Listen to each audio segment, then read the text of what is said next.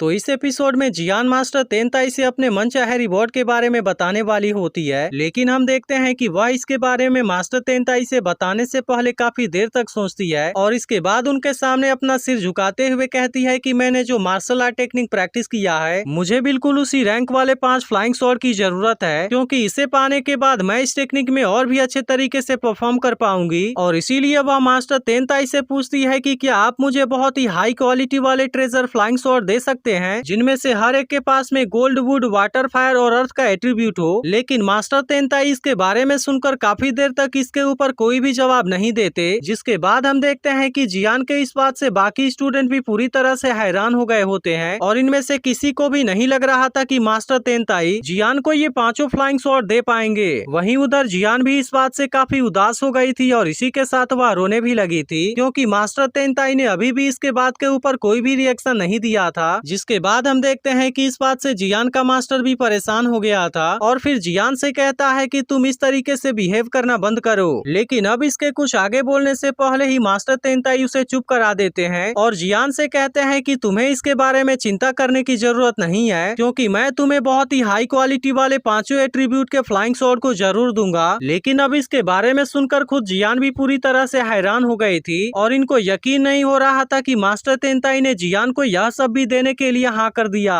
लेकिन जियान अब इस बात से बहुत ज्यादा खुश हो गई थी और इसके लिए वह मास्टर तेनताई को थैंक यू भी कहती है। वहीं उधर बाकी डिवीजन के चीफ को भी इस बात के ऊपर यकीन नहीं हो रहा था, जबकि जियान के सभी साथी इस बात से बहुत ही ज्यादा खुश हो गए थे और वो इसके लिए उसे चीयर्स भी करने लगते हैं। लेकिन तभी मास्टर तेनताई जियान से खड़ा हो जाने के लिए कहते हैं और अब रिवॉर्ड मांगने की अगली बारी महंगाई की होती है, इसलिए मास्टर तेनताई उससे पूछते हैं कि तुम क्या चाहती हो। तब इसके बारे में सुनकर महंगाई इनके सामने अपना सिर झुका देती है और फिर इनसे कहती है कि मेरे पास में बिस्ट फीटल सोल और डेथ फीटल सोल है। तब इसके बारे में जानकर मास्टर तेनताई उससे कहते हैं कि अगर ऐसी बात है तो मैं तुम्हें बिस्ट एट्रीब्यूट और डेथ एट्रीब्यूट वाले ऐसे फ्लाइंग स्वॉर्ड दूंगा, जो कि बहुत ही हाई क्वालिटी वाले ट्रेजर वेपन होंगे। इसके बाद हम देखते हैं कि वो महंगाई से भी खड़ा हो जाने के लिए कहते हैं, जबकि वहीं पर हम देखते हैं कि टैन्यू ने अपने हाथ से अपने चेहरे को छुपा लिया था और ऐसा लग रहा था कि वो किसी बात से बहुत ही ज्यादा शर्मा रहा हो। लेकिन तभी इसी बीच हम देखते हैं कि इनमें से एक चीफ टैन्यू के किसी बात से बहुत ही ज्यादा परेशान होने लगी थी और फिर सोचने लगती है कि टैन्यू तो मास्टर तेनताई के साथ में केवल कुछ दिनों के लिए ही यहाँ से बाहर गया था, लेकिन आखिरकार उसने केवल इतने समय में ही मास्टर तेनताई के लिए क्या कर दिया, जिसके वजह से मास्टर तेनताई टैन्यू के ऊपर इतना ज्यादा खुश हो गए हैं और वे उसके और उसके सभी साथियों को इतने बड़े बड़े रिवॉर्ड दे रहे हैं। लेकिन आखिरकार उसे इसके पीछे के वजह के बारे में कुछ भी पता नहीं चलता। और वहीं दूसरी तरफ हम देखते हैं कि मिस विंग टैन्यू के ऊपर बहुत ही ज्यादा खुश हो गई थी।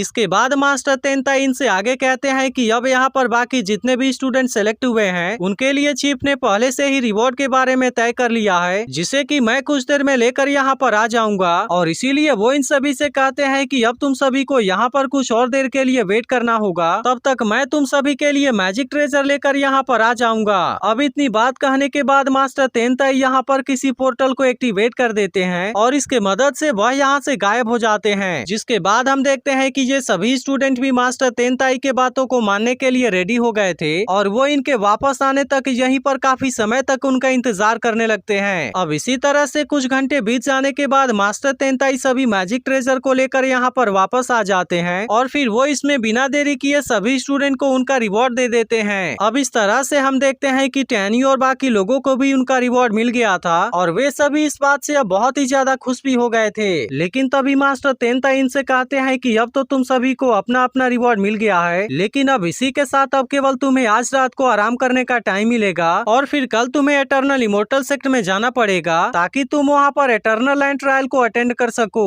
तब इसके बारे में सुनकर ये सभी लोग भी इस बात को मानने के लिए रेडी हो जाते हैं और फिर अगले सीन में हम देखते हैं कि मिस पिंग ने पील डिवीजन के सभी स्टूडेंट को एक जगह पर बुलाया हुआ था, क्योंकि वो इनके साथ अकेले में बहुत सारी जरूरी चीजों के बारे में बात करना चाहती थी, ताकि वो इनको एटर्निटी लैंड और उससे जुड़े बहुत सारे मिस्टीरियस चीजों के बारे में बता सके। इसके बाद मिस पिंग इनसे कहती है कि एटर्निटी लैंड में एंटर करने के बाद तुम में से हर किसी को टैन्यू के ऑर्डर को ही फॉलो करना होगा और इसी के साथ वो इसके बारे में इनको वार्निंग देते हुए कहती है कि अगर किसी ने भी टैन्यू के ऑर्डर को फॉलो नहीं करने का गलती किया तब इसके वजह से उसे वहीं पर जान से मार दिया जाएगा और इसीलिए मैं नहीं चाहती कि तुम वहाँ पर ऐसी कोई भी गलती करना। तब इसके बारे में सुनकर सभी लोग टैन्यू की बात मानने के लिए रेडी हो गए थे। जिसके बाद मिस विंग इनसे बताने लगती है कि एटर्नल लैंड भी हमारे क्लैन के जैसे ही बहुत सारे रहस्यों से भरा हुआ है और इसके अलावा वह जगह भी बहुत ही बड़ी, विशाल और कभी न खत्म होने वाली है, जो कि लगभग 10 मिलियन माइल्स के घेरे में फैला हुआ है। और फिर उसके बाद जो बाहरी वाला हिस्सा है उसे जाइंट फॉर्मेशन के द्वारा प्रोटेक्ट किया गया है और इसीलिए जब तक तुम उस फॉर्मेशन के पार नहीं जाते तब तक तुम वहाँ पर पूरी तरह से सेफ रहोगे। इसी के साथ वो इनसे बताती है कि ट्रायल एरिया के मिडिल में एक ऐसी गहरी खाई है जो कि उसके बिल्कुल सेंटर से होकर जाती है, लेकिन इसके बारे में किसी को भी नहीं पता कि वह कितने हजारों मील लंबी है या फिर कितने हजारों मील गहरी है, और न ही इसके बारे में मुझे भी पता है कि आखिरकार वह खाई कहाँ तक जाती है। इसीलिए तुम्हें वहाँ पर और भी ज्यादा केयरफुल रहना होगा। लेकिन फिर भी ऐसा माना जाता है कि वह जगह ऐसी है जहाँ पर गॉड के बीच में सेकेंड बैटल हुआ था, इसीलिए इसी वजह से इस जगह को एबिस ऑफ द ब्यूरिड गॉड कहा जाता है। लेकिन इस खाई के अलावा ट्रायल एरिया के दूसरे हिस्से में डिमोनिक बिस्ट भी रहते हैं और इनमें से सबसे ताकतवर केवल सेकेंड लेवल वाले ट्रांसमिग्रेशन स्टेज में है, इसीलिए उनके अलावा तुम्हारे ऊपर और कोई दूसरा खतरा नहीं है। लेकिन अभी भी हम देखते हैं कि इसमें से कई सारे लोग इस बात से बहुत ही ज्यादा डर गए थे और वो केवल इसी के बारे में सोचने लगे थे। तभी मिस विंग इनसे कहती है कि तुम्हें केवल इस बात के ऊपर सबसे ज्यादा ध्यान देना है कि एबिस ऑफ द ब्यूरिड गॉड वाली जगह ही तुम्हारा ट्रायल एरिया है, जिसके वजह से तुम्हें वहाँ पर बहुत ही शानदार चांस मिलने वाले हैं। अब इसके बारे में सुनते ही इसमें से कुछ लोग बहुत ही ज्यादा खुश होने लगे थे। लेकिन तभी मिस विंग इनसे कहती है कि एटर्नल लैंड ट्रायल में पार्टिसिपेट करने के लिए केवल फिटल सोल रिल्म वाले स्टूडेंट को ही चूज किया गया, क्योंकि ब्यूरियल गॉड एबिस वाली जगह बहुत ही रहस्यमय और खतरनाक ताकत से भरी हुई है, जिसके वजह से वहाँ पर जितने हाई रिल्म वाले कल्टीवेटर जाते हैं वहाँ की ताकत भी उसी के अनुसार वहाँ पर बहुत ही ज्यादा बढ़ जाती है और इसीलिए वहाँ पर जाने वाले लोगों के सोल पूरी तरह से डिस्ट्रॉय भी हो जाते हैं। फिर मिस विंग इनसे आगे बताती है कि बहुत समय पहले